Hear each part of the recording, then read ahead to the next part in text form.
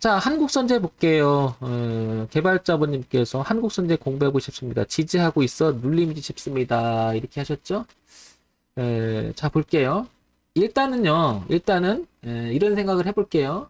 한국선제 보게 되면 뭔가가 7,500원이라는 자리가 이 부분 보이시죠? 여기가 한 20년에 걸쳐서 중요한 가격대였어요. 그렇죠? 그런데 여기를 깨버렸어요. 무너졌어요. 그죠? 보시면 7년도에 저항이었었고요. 아니 7년도라네. 7월달, 8월달 저항이었는데 넘어갔죠. 그리고 밀릴 때 지지를 해요. 그죠? 또 지지를 했는데 깨졌어요. 근데 이건 눌림이라는 생각보다는요. 전환이 일어났다는 생각이 들어요. 그죠? 그래서 여기를 적어도 주가의 레벨을 7,500원을 기준으로 해서 오랜 시간 동안에 20년 만에 돌파시켰는데, 더군다나 거래까지 터졌는데, 그죠? 안착을 못 시켰어요. 그죠?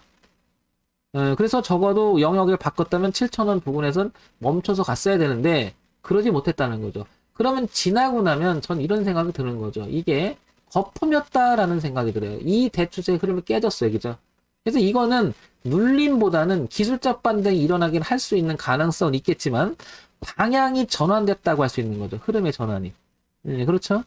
이게 조금 안타까운 거죠. 현재 상황에선. 그러니까 얘는 현재 상황에서는 저항이 생겨버렸다 이렇게 말씀드릴 수 있는 것 같아요. 그러니까 얘가 가격이 일기 간다 올라간다 그런 게 아니라 현재 상황의 위치를 보게 되면 7,500원을 안착을 시키지 못했다는 사실이 문제라는 거죠. 이해하시죠? 예. 그렇기 때문에 한국선제는 현재 상황에서는 위에 커다란 돌덩어리가 저항으로 작용하고 있다 이렇게 판단이 들어요. 그렇죠? 예. 자, 대신 흐름을 볼게요. 최근의 주가 흐름을 봤을 때는 이 대추세의 흐름을 일단은 지지를 합니다. 그죠? 이렇게. 맞죠? 예, 그래서 여기를 안 깨고 싶어 해요. 그래서 이번 달 12월 달은 잘 버티고 여기서 눌림이라고 생각될 정도로 이렇게 판단이 듭니다. 그죠? 부분을 보니까 주봉에서 보면 이 자리도 저항이었고 2016년 저항이었는데 이 자리를 지지 삼았어요. 그러니까 단기적으로 7,500원까지 기술적 반등이 일어날 것으로 보이지만 눌림보다는 여기는 기술적 지지라고 표현하고 싶은 거고 근본적으로 7,500원이라고 하는 강력한 지지 라인이 저항으로 받고 있다는 거죠. 그러니까 이 흐름은 여기가 약간 머리를 들어서 이런 시도는 있을 것 같지만 제가 보면 잘못하면 이건 쏟아질 수 있다는 거죠. 왜냐 여기를 못 지킨 것은 상당히 이 주가의 흐름이 일단은 7,500원이 벗어났다는 것은 일단 우리는 인정해줘야 된다. 그죠? 그러나 여긴 지킵니다. 그러면 주보 월봉을 보게 되면 이 라인하고 이 라인에 갇혀 있으면 알 수 있죠. 그죠, 여러분? 그죠? 맞나요, 여러분? 갇혀 있죠. 그러니까 대응 차원에서 보시면 어떻습니까? 여기만 깨지지 않으면 들어가 볼 만한 거예요. 맞죠? 그런데 저는 머리에 이게 있기 때문에 개인적으로는 이런 주식을 선호하지 않아요. 이해하시죠? 개인적으로는. 그러니까 이게 옳다 그르다의 문제가 아니고 황 대표는 이런 주식을 봤다 그러면 어떻다? 영역에서 깨져버렸다는 거죠. 이 영역에서. 저는 이 노란 선의 무게감이 더 싫다는 거죠. 그러면 밑에서 올라오는 대추세의 지지 라인. 이것과 이것은 제에게는 이 노란 선이 여기서 이렇게 무너져 버린 흐름이 더 무섭다는 거죠. 그러니까 머리에 큰 걸 이고 있는 건 별로 안 좋습니다. 언제든지 문제가 있어서 떨어질 수 있다. 이런 생각이 든다는 거죠. 첫째 이런 판단이 들고요. 자, 그래서 다시 한번 모르니까 한번 또 살펴보자는 거죠. 근데 일단은 저는 저런 모습이 보였으면 안 해요. 그냥 제껴버려요. 그러나 한번 보자고요. 한국선제 같이 보겠습니다. 자, 보게 되면 우량 기업입니다. 코스닥에 있죠? 소형주, 제조, 금속입니다. 그죠? 시가총액 1262억이고요. 오늘 10% 정도 빠졌습니다. 그죠? 자, 그 다음에 한번 볼까요? 재무정보 한번 보겠습니다. 보게 되니까 509억, 그 다음에 459억, 567억, 526억 괜찮아요. 일단 그죠? 괜찮습니다. 그러면 최근에 1년간의 흐름 자체는 좋았어요. 그런데요. 1년간의 흐름이 작년 후반기, 올해 초반기부터 엄청나게 올라갔다가 뭔가 빠졌어요.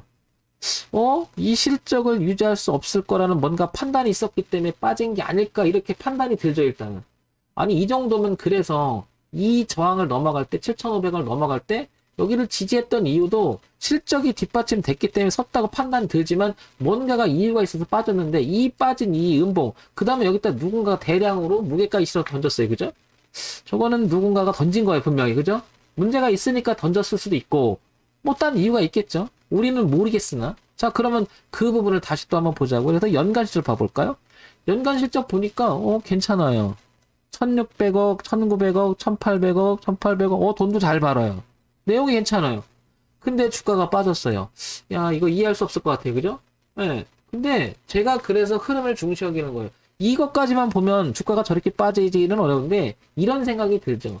그러면 이게 실적에 보다는 너무 과했던 건가? 그렇다 하더라도 이런 실적이면 7,500원 아까 보시면 20년간의 그 흐름을 벗어난 만큼 굉장히 괜찮았다는 건데 여기를 지키지 못했어요. 일단 이건 구조적으로 뭔 일이 터진 건데 우리가 알지 못하는. 그럼 한번 보자고요. 주가 박근혜 특별 사면의 강세 보인 이유. 참 요런 또 얘기 나옵니다. 그죠? 네, 뭔가가 테마가 낀 거죠. 한국그랜주의 홍준표 발언 때문인가? 철강업계 3분기 실적 발표로 미소 뭐 나와요. 그죠? 급등 뭐 나와요. 그죠? 자사주 소가 호재 주가 훨훨 뭐가 나옵니다. 그죠? 이게 결국에는 이런 생각이 들지 않나요? 이게 테마주로 갔다라는 생각이 들고요. 그죠? 그죠? 테마주로 갔다는 생각이 들고 그 거품이 빠졌다는 생각이 들고요. 그럼 전 이런 생각이 들어요. 기대감 때문에 간 건데 주가는 제자리 온 거죠. 그렇죠? 저는 그래서 이게 악재가 그런 게 아니고 제자리 왔다고 판단 들어요. 그러면 이 주가는 구조적으로 저 이상 가기는 어려웠으나 그렇다고 나쁜 건 아니라고 봐요. 따라서 지금 이 자리 멈춘 거 있죠? 저는 괜찮다고 보여주는 거죠. 제자리 온 거야, 제자리 그냥.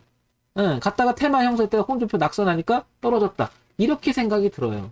제자리 온 거예요. 그러니까 여기서 멈춘 거 아닐까. 이런 생각이 들고 결국에는 얘는 이 실적이라는 부분이 괜찮다고 전 보는 거죠. 그래서요.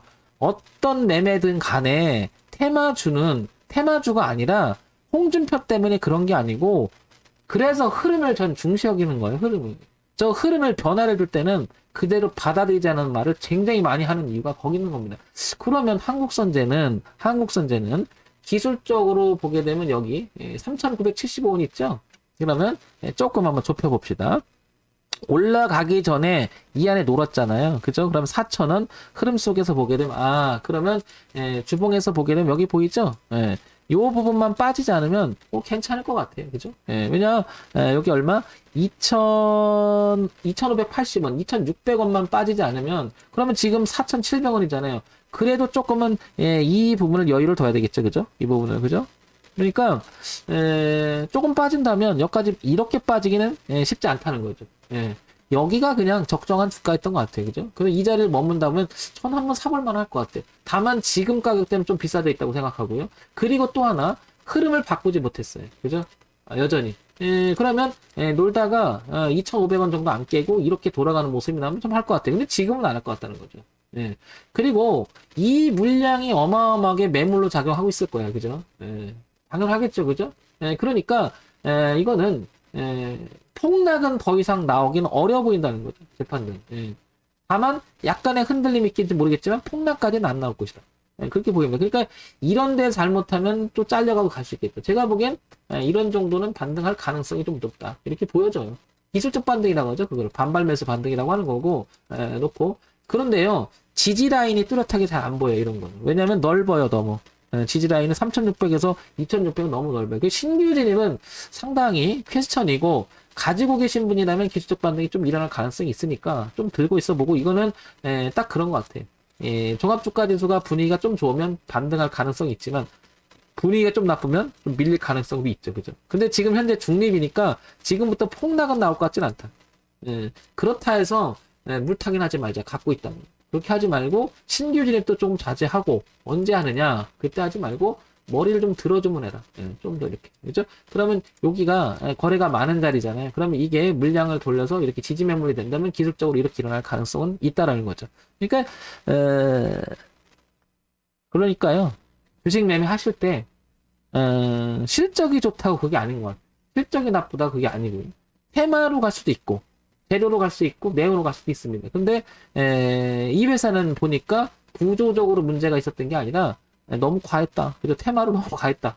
저는 이렇게 판단되고, 그러나 이 지지 라인이 뚜렷하게 안 보여, 아직은. 형성이 덜 됐다고 보이죠, 그죠? 네, 그렇기 때문에, 조금 더 기다렸다가, 다시, 이렇게 돌리는 모습이 좀 나와야 된다, 뚜렷하게. 그리고 해도 안 넣는다. 그러면서요, 여기서 거래가 좀 동반돼서 올라가는. 그래야 물량을 좀 뺏으면서 가겠죠, 그죠? 이런 형태가 나오지 않는다면, 약간 늘어지면서, 옆으로 횡보하다가, 한 번쯤은 위쪽으로 가주지 않을까. 이런 생각을 해봅니다. 그러니까, 이런 건 참고해서 보시기 바랍니다.